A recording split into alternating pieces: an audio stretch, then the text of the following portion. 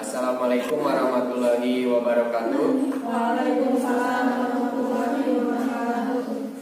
Pertama-tama tadi kita ucapkan puji dan syukur kepada Allah Subhanahu wa taala yang telah memberikan kita nikmat, memberikan kita sehat, serta dapat berkumpul di tempat yang mudah-mudahan dimuliakan oleh Allah.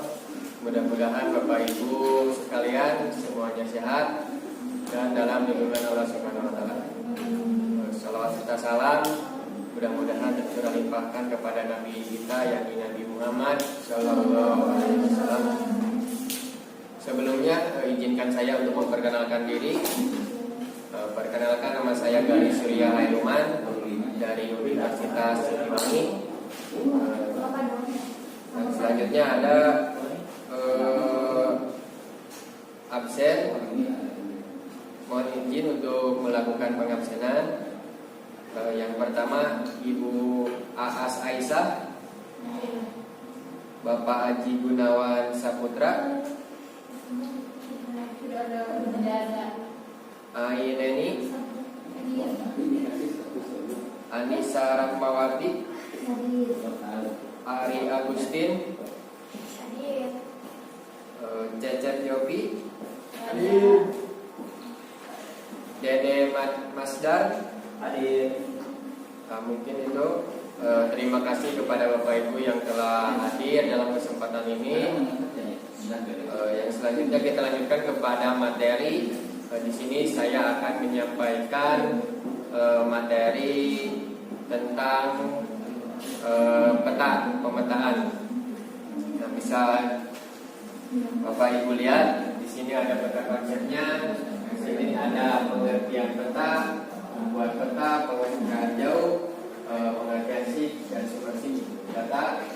Lalu ada dalam kehidupan sehari-harinya itu seperti apa.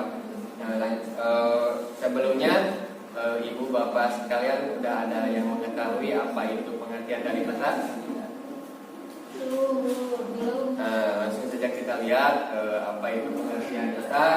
Nah, peta ini adalah gambaran sebagai atau seluruh permukaan bumi dengan berbagai penampakannya pada bidang datar yang diperkecil skala tertentu. Nah, adapun juga ada istilah lain dari peta ini, yaitu ada atlas. Atlas itu seperti yang berbentuk buku. Lalu ada globe, yaitu seperti yang berbentuk bulat. Mungkin Bapak Ibu sekalian sudah mengetahui apa itu atlas dan itu globe.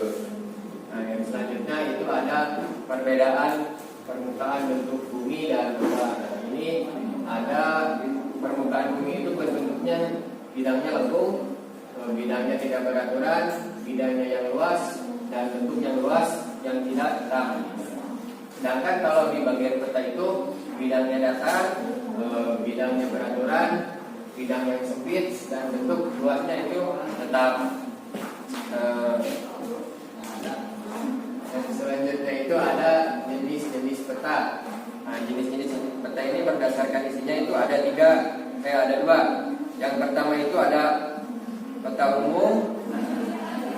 Nah, peta umum ini adalah menggambarkan penampakan bumi secara umum. Contohnya peta topografi, peta korografi, dan peta dunia.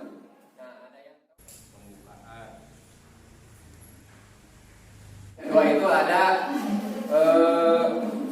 pada peta tematik, yaitu menggambarkan wilayah tertentu untuk tujuan tertentu. Contohnya adalah dari daerah yang dipetakan. Yang selanjutnya itu ada jenis-jenis peta berdasarkan skala. Nah, ini bisa dilihat kalau berdasarkan skala itu ada peta kadaster atau peta tematik. Skalanya ini 1/100 sampai dengan 1/500. Lalu ada peta skala besar, yaitu 1/5000 sampai dengan 1/250.000. Nah, yang ketiga itu ada peta skala sedang yang skalanya itu 1/250.000 sampai dengan 1/500.000. Dan selanjutnya ada peta skala kecil, yaitu 1/500.000 sampai dengan 1/1 juta. Yang peta geografis ini ada perbandingannya skalanya ada 100/1.000.000 sampai lebih gitu. Nah, yang selanjutnya ini ada komponen-komponen peta. Nah, di sini ada judul peta. Nah, judul peta ini adalah mencerminkan isi sekaligus tipe peta.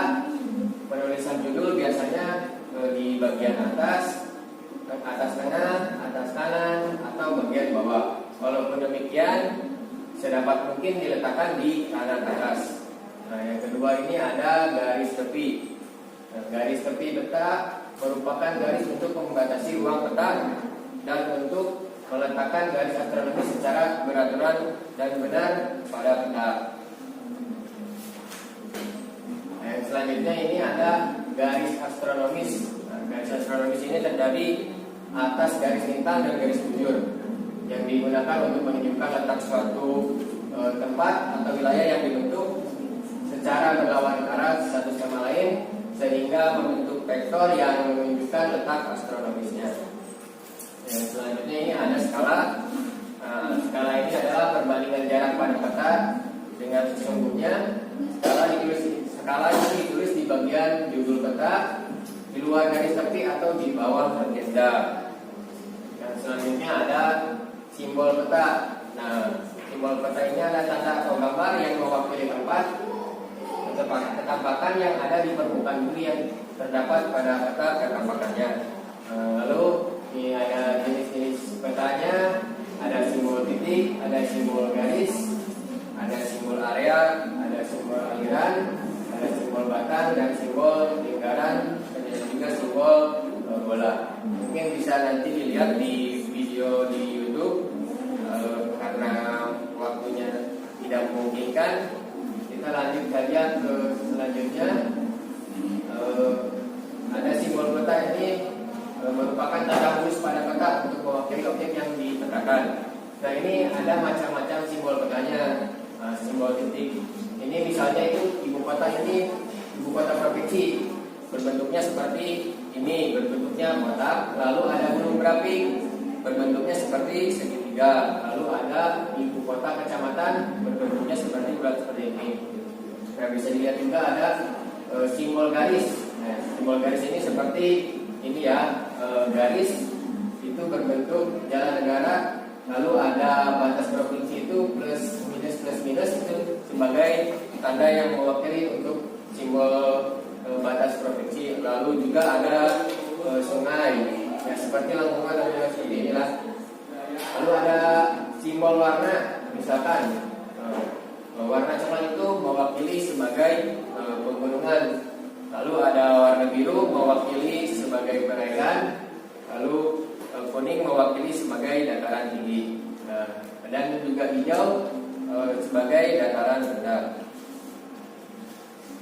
Nah, yang ketujuh ini ada tanda arah atau orientasi. Nah, pada umumnya arah utara itu ditunjukkan oleh tanda panah ke arah atas peta gitu. Jadi letaknya di tempat yang sesuai jika ada garis lintang dan garis bujur. Koordinat dapat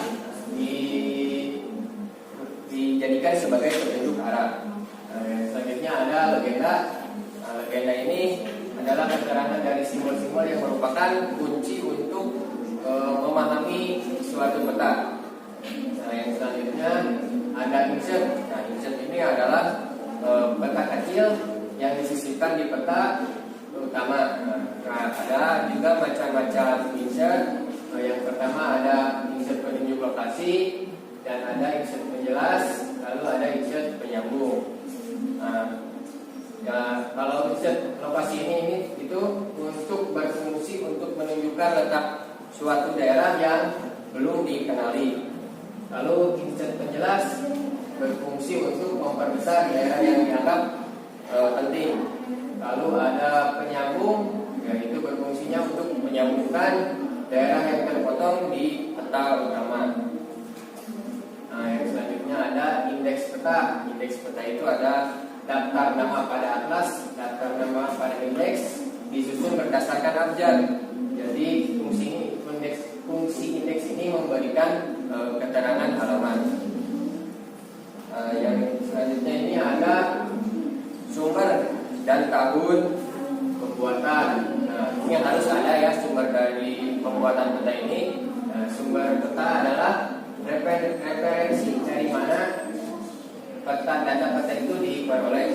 Lalu tahun pembuatannya adalah informasi penting dalam pemberlakuan peta. Nah, yang selanjutnya ini ada komponen-komponen peta.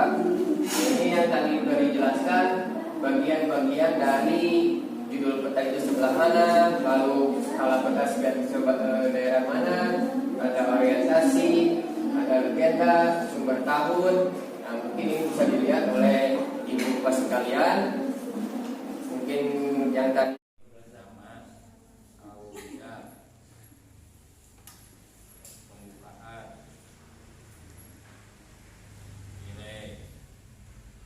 sudah jelas. Mungkin materi hari ini dicukupkan sekian. Mudah-mudahan ada manfaatnya. Mohon maaf bila ada kekurangan.